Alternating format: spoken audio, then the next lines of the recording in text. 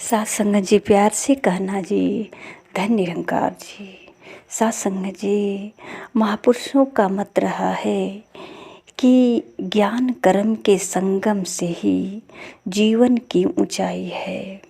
एक पक्ष कमजोर अगर है, बात न बनती भाई है।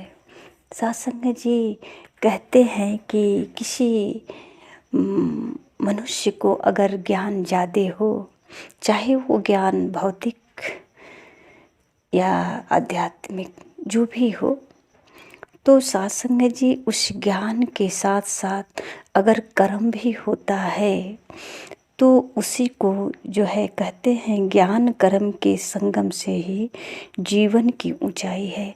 सात संगत जी, कर्म के साथ ज्ञान के साथ जब कर्म मिलता है तो दोनों के मिलन से उसकी पहचान बढ़ती है, उसकी ऊंचाइयाँ इस संसार में जाना पहचाना मान सम्मान उसे खुशी सब कुछ मिलती है।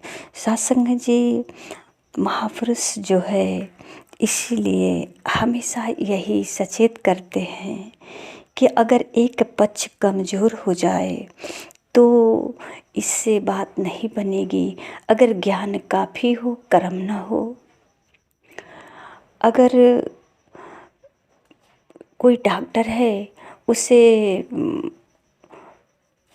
किसी मरीज को किसी ने कभी दवा देते देखा ही नहीं और वो अपने आप को डॉक्टर कैसे बता सकता है कि मैं डॉक्टर हूँ।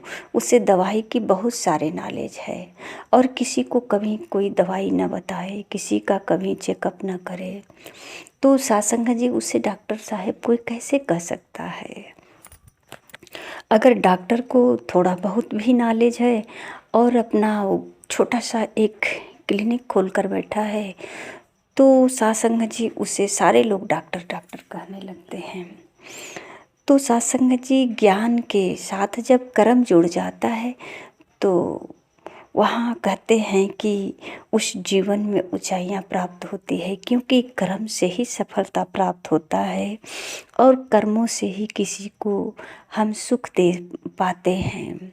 सात संगत जी, जिस वक्त हम अच्छा सोचते हैं उस वक्त अपने आप को हल्के और खुश महसूस करते हैं।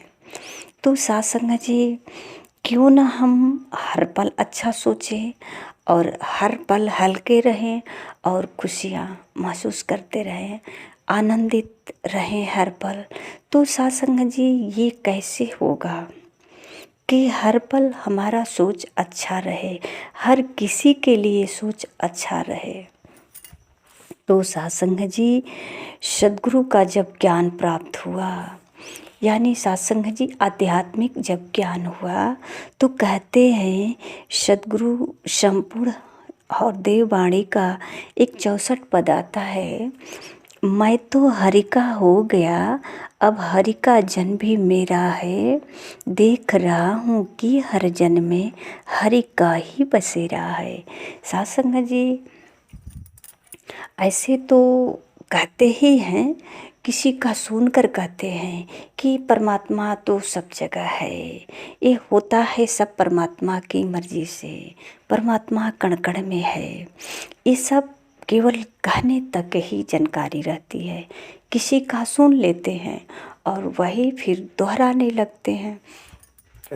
पर सात संगत जी, जो सद्गुरु माता सुदीक्षा जी महाराज के चरणों में आकर के जो आध्यात्मिक विचार धारा से अपने को जोड़ लेते हैं, जो संतों के सहारा ले लेते हैं, संतों के वचन को श्रवण करते हैं, सात संगत जी कहते हैं कि जिस ईश्वर का अंश तू मानो, इस ईश्वर को पहले जान। जिसका अंश है उसकी जब पहचान हो जाती है तो सात संगत जी, जब उसकी पहचान हो जाती है तो ये कहावत नहीं रह जाता कि परमात्मा कण-कण में है, परमात्मा सब में है। अब जो है ये ज्ञान के द्वारा पहचान भी हो गया, अब जानकारी हो गई। तो सात संगत जी कहते हैं एक और पद की कहे हरदेव गुरमत वाला, संभल संभल के चलता है, जग काजल की कोठरी से बच के साफ निकलता है। ऐसा उसका क्रम होता है, ज्ञान के आधार पे चलता है। और सत्संग जी, ये जो परमात्मा को कहते हैं कि कड़ में है, तो सिर्फ अब कहते ही नहीं हैं, सब में महसूस करते हैं, सब में ये गुरु के द्वारा जानकारी प्राप्त हो चुकी है। इसलिए अब केवल कहना ही नहीं, कहने तक सीमित नहीं है, अब ज्ञान भी हुआ, जानकारी भी हुई है।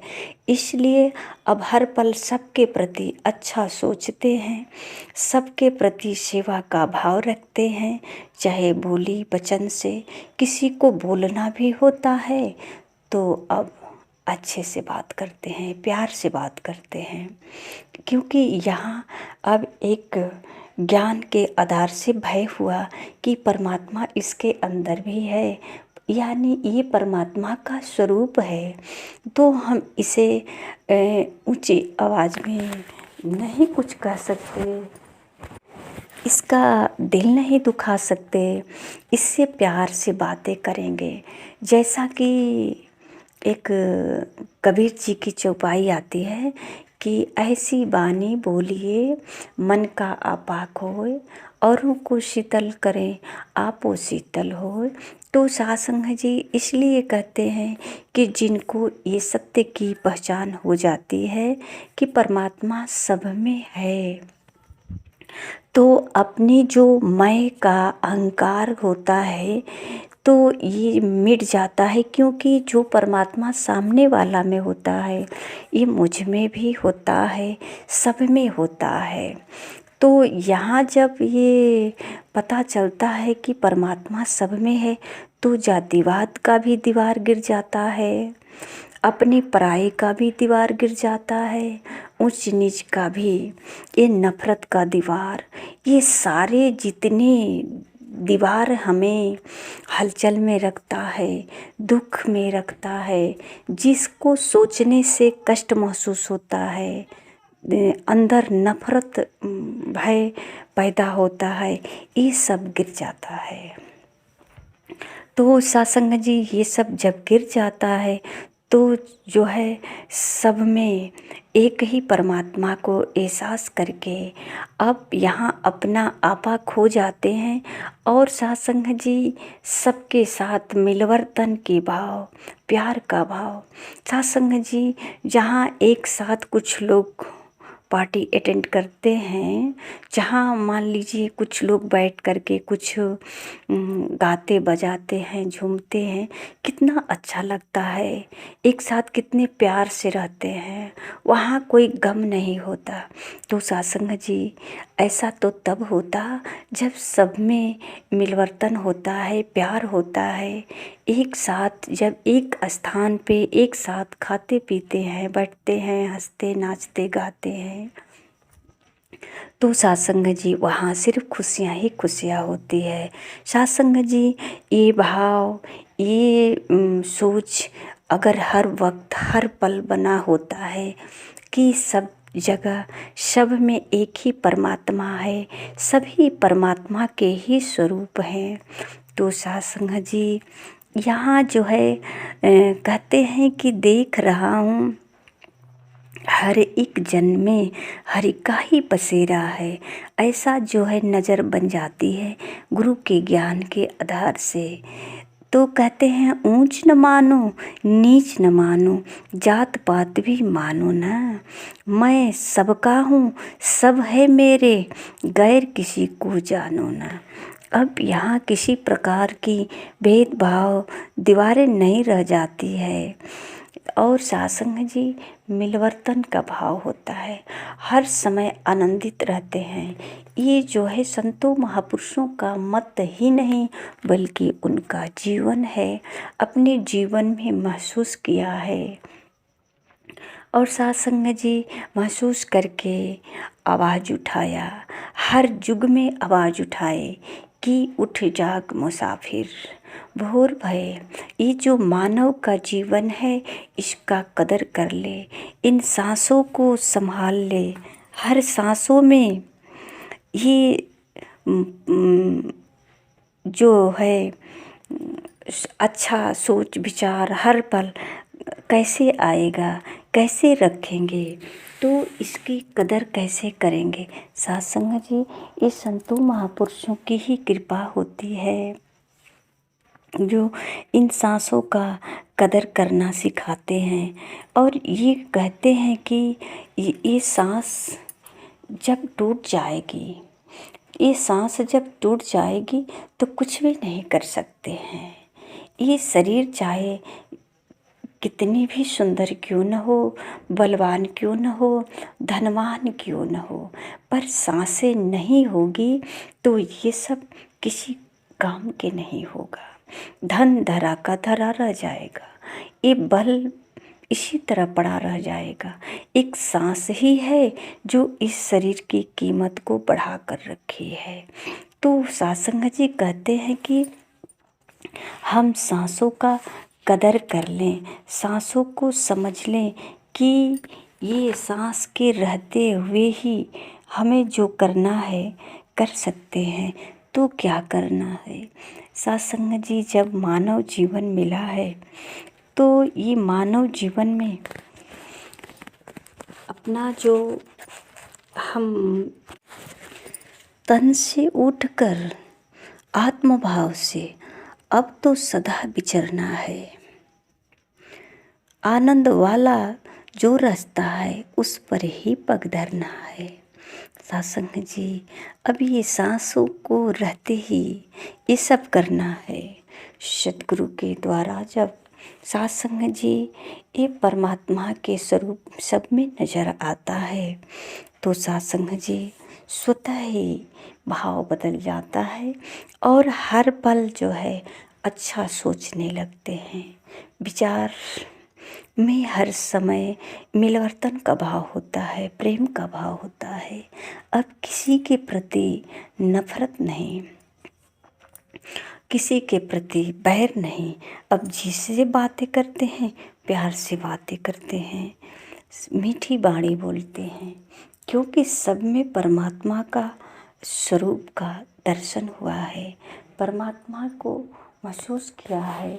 तो सत्संग जी संत जन हमेशा ये आवाज़ दिए, ये इंसान किसी भी पल को वृथा नहीं गवाना, तू परमारथ सेवा सुमिरन और सत्संग में लगाना तू।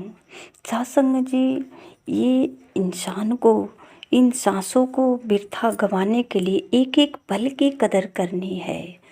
सत्संग जी कहते हैं कि सेवा सुमिरन और सत्संग में लगाना। अगर सत्संग जी इंसान के जिसके अंदर अगर सात्विक भाव हो, सच्चा सोच हो, अच्छा सोच हो, हर किसी के परोपकार के भाव हो, तो सत्संग जी ये कहते हैं कि सत्य बराबर तप नहीं, और सत्य बराबर तप नहीं, झूठ बराबर पाप। यानी कि जो सच है उसे कहते हैं ये तपस्या के बराबर है, सत्य के बराबर है। तो कहते हैं कि सच बराबर तप नहीं, झूठ बराबर पाप।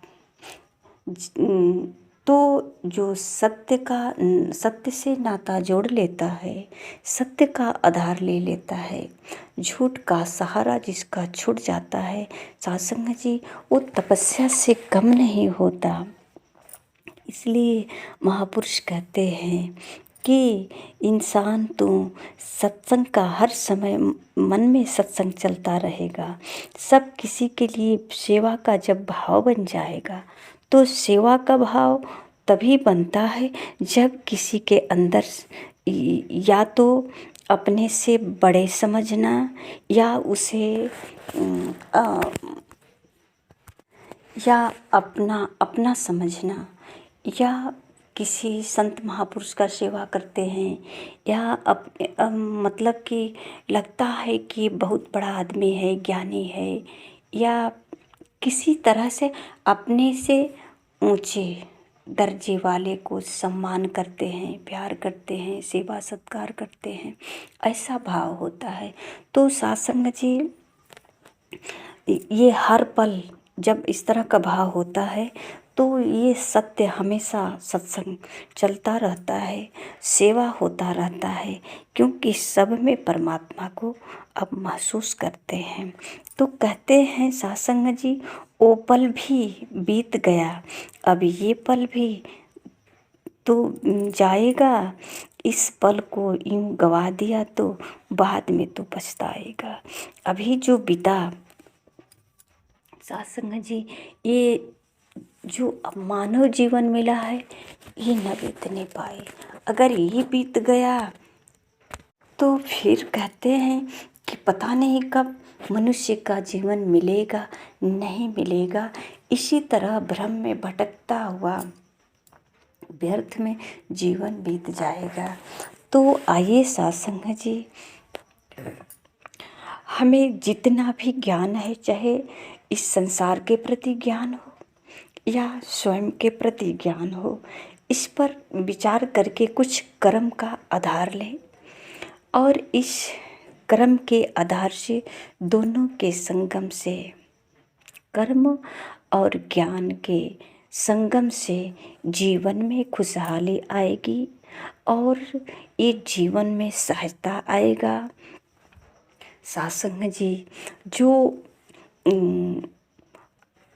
हमारे अंदर मानवीय गुण है, सत्संग जी, किसी को नीचा दिखाना, किसी से नफरत करना, किसी को बुरा सोचना, ये सब मानवीय गुण नहीं है, ये बल्कि अपने मानव जीवन का धिक्कार है, मानव जीवन का अपमान है। और इसलिए तो कहते हैं कि इंसान बन जा, इंसान बन जा।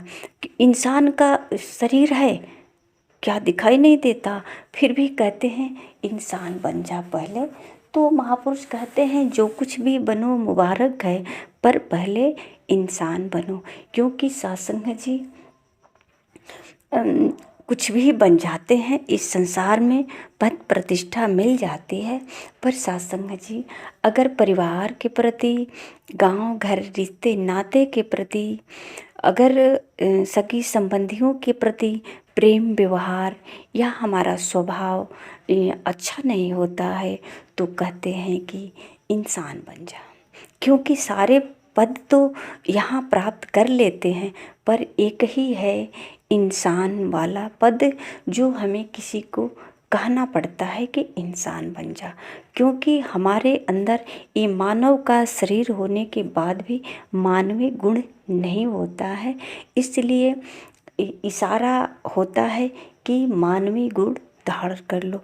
तो सत्संग जी, ये हम अपने स्वयं को जाने कि मानव जीवन क्यों मिला है, किस कारण मिला है, इसका उद्देश्य क्या है, और इसको पूरा करें। सत्संग जी, प्यार से कहना जी, धन्य निरंकार जी।